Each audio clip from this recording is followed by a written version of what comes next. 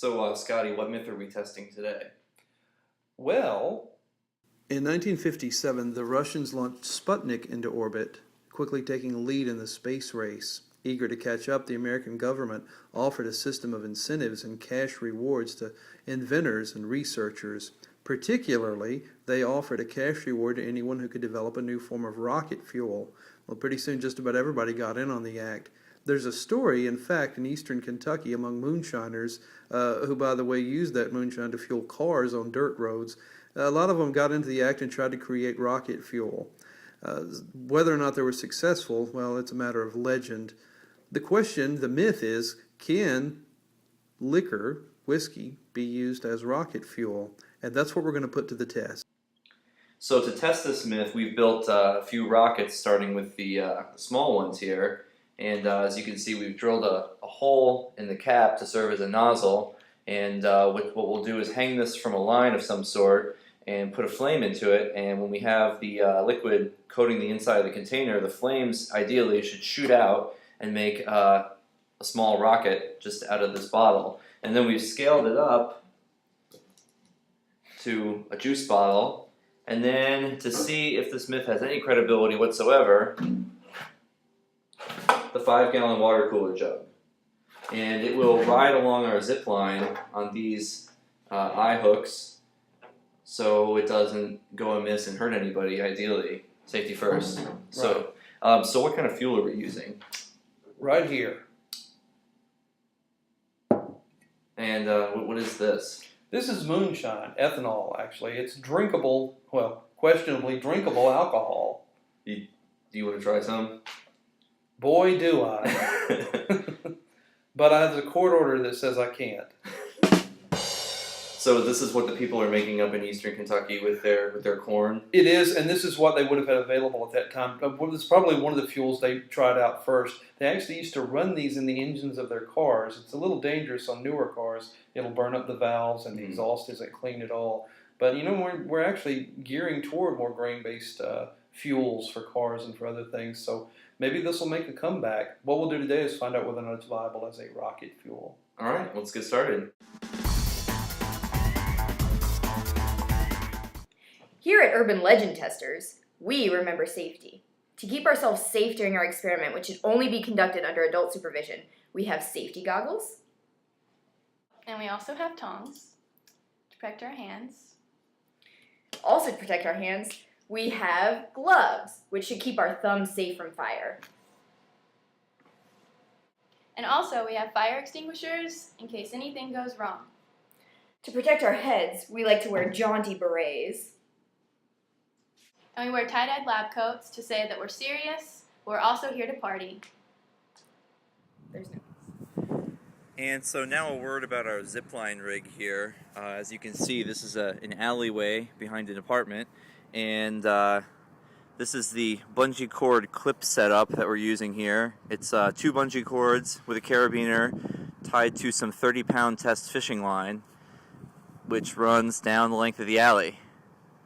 And it's clipped at both ends with carabiners so that we can take it off and down without landlords finding out. And I'd say we probably have a good 50 to 60 feet of run here, so hopefully our rockets will use it all. And it should also be noted that the ground here is extremely wet because it just rained, and so, you know, other than the building and the fence and the dry leaves and, you know, the adjacent electrical lines, there are really no fire hazards to speak of.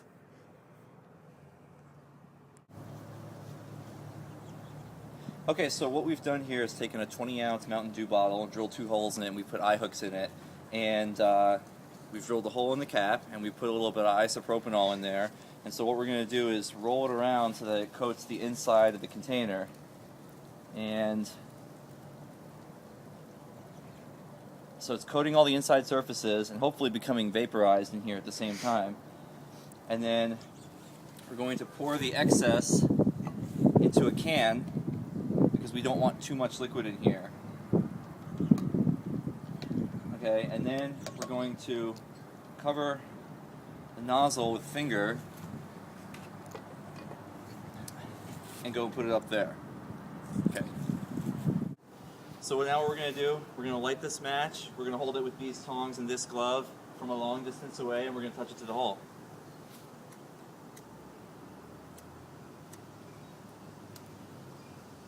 Get closer. Let's get closer.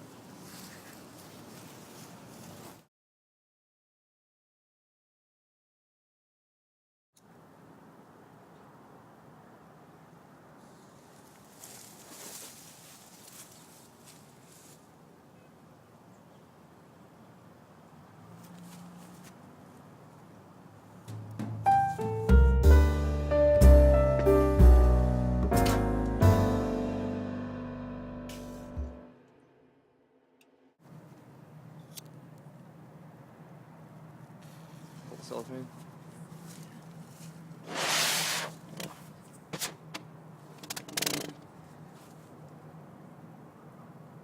Hooray!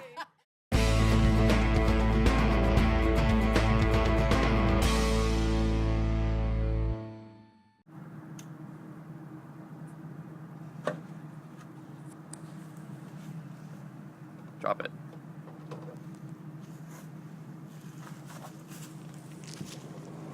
Oh, it's coming out the sides. That's legit.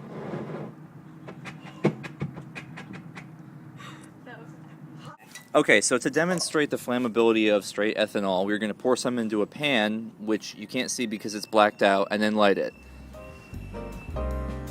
Light it.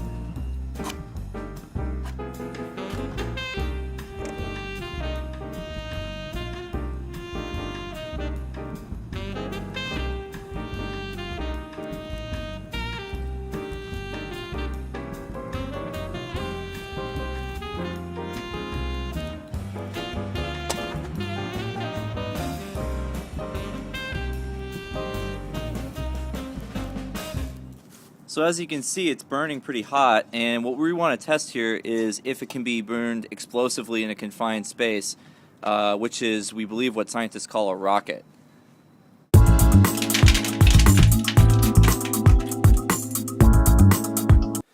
So in conclusion, you can see from the videos that the best laid plans of mice and men do oft go awry, specifically with the small green bottle. However, the larger juice bottle definitely moved a little bit when we lit it, and you definitely saw the flames pulsing out the nozzle, and the big water cooler jug actually shook a little bit on the ground.